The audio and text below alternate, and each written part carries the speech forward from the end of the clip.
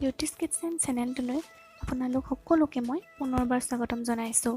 আশা কৰোঁ সকলো ভালেই আছে আৰু নিজ নিজ ঘৰত সুৰক্ষিত আছে। আজি মই আপোনালোকলৈ লৈ আহিছোঁ আমৰ আচাৰৰ আন এটা ৰেচিপি।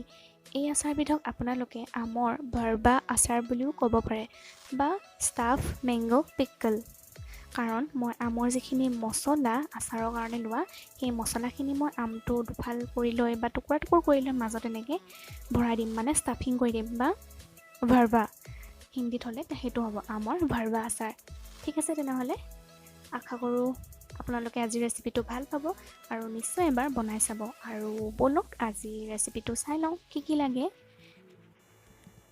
আমৰ এই ভাৰ্বা আচাৰ বনাবলৈ মই লৈছোঁ কেঁচা আম 2 কেজি আৰু আমখিনি পৰাপক্ষত সৰু চাইজৰ আম ল'ব, তেতিয়া মানে কাটি পেলাই এনেদৰে মাজত মছলাটো ভৰাবলৈ সুবিধা হ'ব। ডাঙৰ চাইজৰ আম হ'লে আচলতে টুকুৰা টুকুৰ হৈ গ'লে অলপ মাজত মছলা ভৰাবলৈ অলপ দিগদাৰ হৈ যায়, সেইকাৰণে আপুনি সৰু সৰু চাইজৰ আম ল'ব। আৰু আমবোৰ দেখিছেনে, এনেদৰে মই দেখুৱাই দিয়া ধৰণে কাটি ল'ব, মাজতে দুফাল কৰি লৈ। বাকলিটো গুচাব নালাগে বাৰু, অকল আগডোখৰ কাটি দুফাল কৰিব। তাৰপিছতে এনেদৰে মাজৰ গুটি অংশটো পেলাই দিব আৰু গুটি অংশটো পেলাই দি টুকুৰা টুকুৰ নহয়, আচলতে দীঘল দীঘল কৰিব। আৰু এনেদৰে মই বটল এটাত থৈ গৈছোঁ, আপুনি যিকোনো পাত্ৰ এটাতে থৈ ল'ব পাৰিব। মই একেবাৰতে বটলতে দেখুৱাইছোঁ কাৰণ মই বটলত এইখিনি নিমখ হালধি দি ৰাখি দিম এৰাতিৰ কাৰণে। আগৰটো ভিডিঅ'টো দেখুৱাইছিলোঁ তেনেদৰে। আৰু এতিয়া মই নিমখ দি লৈছোঁ প্ৰয়োজন অনুসৰি, আৰু কিমান পৰিমাণৰ লৈছোঁ সেয়া মই ডেছক্ৰিপশ্যন বক্সত দি দিম। আৰু এতিয়া দিছোঁ হালধি প্ৰয়োজন অনুসৰি, আৰু এইখিনি এতিয়া ভালদৰে মই মিক্স কৰি ল'ম। এনেদৰে বটলটো জোকাৰি লৈছোঁ। আমখিনি মই এনেদৰে এৰাতি ৰাখি দিলোঁ বটলত ভৰাই নিমখ হালধি সানি, আৰু পিছদিনাখন এনেদৰে ডলা এখনত উলিয়াই লৈছোঁ। আৰু যিখিনি নিমখ হালধি মিহলাই থোৱাৰ পিছত পানী ওলাই, সেই পানীখিনি মই পেলাই দিলোঁ। আৰু এতিয়া ডলাখনত এনেদৰে মেলি লৈছোঁ, আৰু এইখিনি মই টান ৰ'দত শুকুৱাব লাগিব। এদিন বা দুদিন শুকুৱালেই হ'ব। ইয়াৰ পানী ভাৱটো আচলতে নাইকিয়া কৰিব লাগিব। আপোনালোকেও দেখুওৱা ধৰণে কৰি যাব। এতিয়া মই আমৰ মছলাখিনি বনাই ল'ম।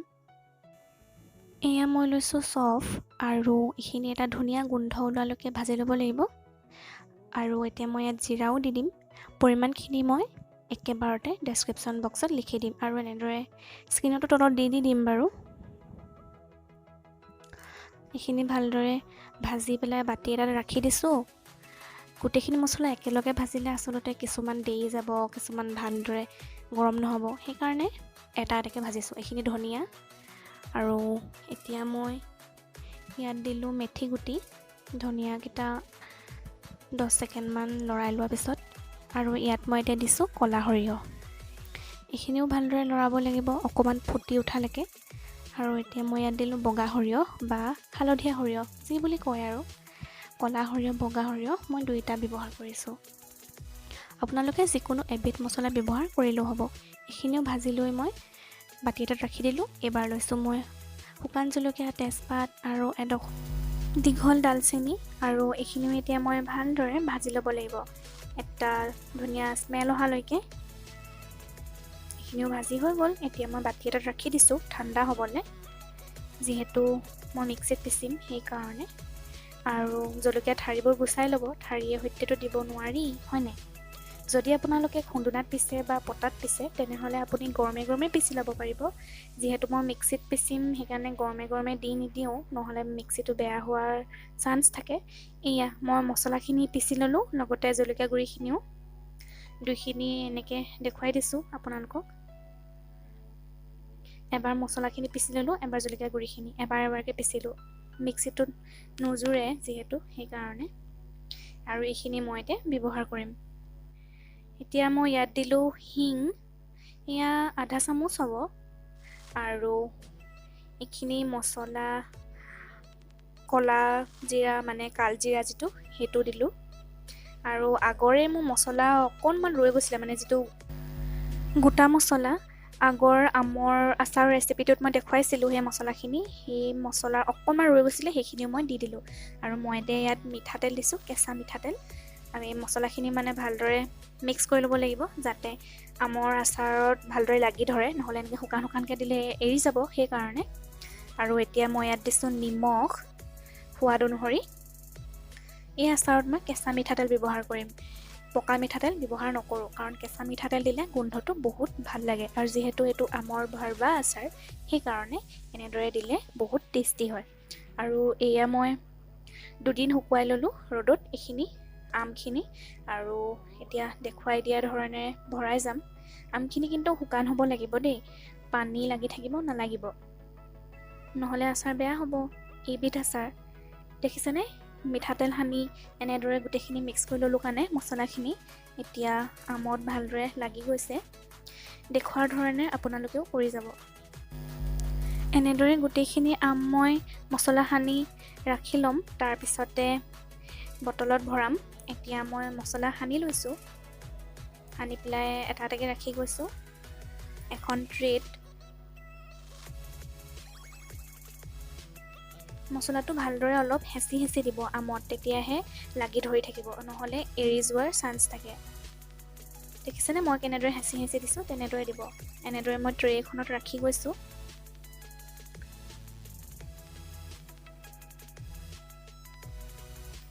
এয়া মোৰ আমখিনি এনেদৰে মছলা লগাই হৈ গ'ল, আৰু মই আপোনালোকক দেখুৱাইছোঁ। অলপ ওচৰৰ পৰা দেখুৱাই দিছোঁ, তেতিয়া ভালদৰে দেখি পাব। গোটেইখিনি আমতে মই মছলাখিনি ভালদৰে সানি ল'লোঁ। দেখিবলৈ কিন্তু এতিয়াই বহুত টেষ্টি লাগিছে। এয়া মই এখন ট্ৰেত ৰাখিলোঁ আৰু এখন কাঁহীত ৰাখি লৈছোঁ এনেদৰে। এতিয়া মই এইখিনি ভৰাব লাগিব বটলত, চাই যাওক। মই আমৰ আচাৰখিনি ৰাখিবলৈ এটা চিচাৰৰ বটল লৈছোঁ। সাধাৰণতে আচাৰ বনালে চিচাৰৰ বটলত ৰাখিব লাগে, তেতিয়া ভাল। মই বাৰু প্লাষ্টিকৰ বটলো ব্যৱহাৰ কৰোঁ, নকৰোঁ বুলি নকওঁ, কিন্তু এইবিধ আচাৰ মই চিচাৰৰ বটলত ৰাখিছোঁ। যদি আপোনালোকৰ ওচৰত চিচাৰ বটল আছে তেন্তে তাতে ৰাখিব পাৰিব।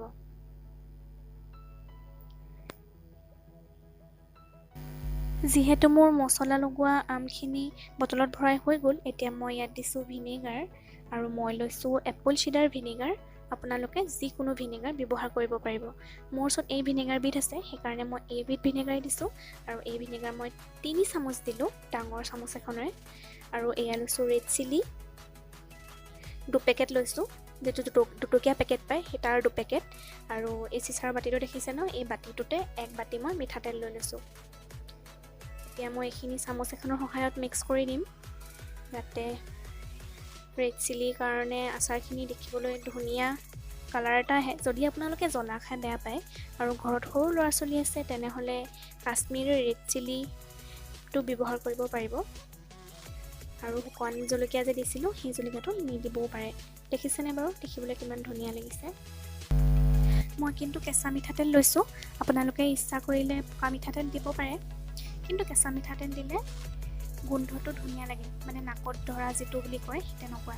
আৰু এয়া মই দেখুৱাই দিছোঁ তেলখিনি কেনেদৰে তললৈ বৈ গৈছে, আৰু এইখিনিয়ে মছলাখিনি আমখিনি সকলোতে সম্পূৰ্ণভাৱে লাগি যাব ভালদৰে। আৰু মই এতিয়া ইয়াত আৰু এবাতি তেল ল'ম, এই বাতিটোৱে। তেল বেছিকৈ দিলে সাধাৰণতে আচাৰ বেছি দিন ভাল হৈ থাকে, সেইকাৰণে তেল বেছিকৈও দিব পাৰে আপোনালোকে। মই 2 বাতিয়ে ল'ম।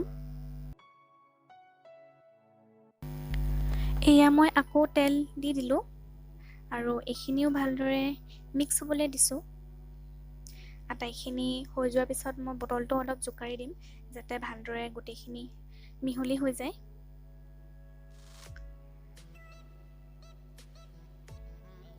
দেখি বাৰু আপোনালোকৰ খাওঁ খাওঁ লাগিছে নে কওকচোন। চামুচখনৰ সহায়ত মই অলপ তললৈ দি দিছোঁ, নহ'লে আচাৰখিনি তেল আৰু ভিনেগাৰ এই সকলোবোৰ লগ হৈ ওপৰলৈ উঠি উঠি আহিব, সেইকাৰণে চামুচখনেৰে মই অলপ তললৈ হেঁচি হেঁচি দিছোঁ। এয়া মোৰ আচাৰ ৰেডি হৈ গ'ল। আৰু আপোনালোকে যদি ভাল পালে তেনেহ'লে প্লিজ ভিডিঅ'টোত এটা লাইক কৰি দিব, আৰু কমেণ্ট কৰি মোক জনাব যে কেনে পালে, আৰু নিশ্চয় এবাৰ ঘৰত ট্ৰাই কৰিব, আৰু মোৰ চেনেলটো প্লিজ ছাবস্ক্ৰাইব কৰি দিব। আজিলৈ আহোঁ তেনেহ'লে, পুনৰ লগ পাম এটা নতুন ৰেচিপিৰ সৈতে। নমস্কাৰ।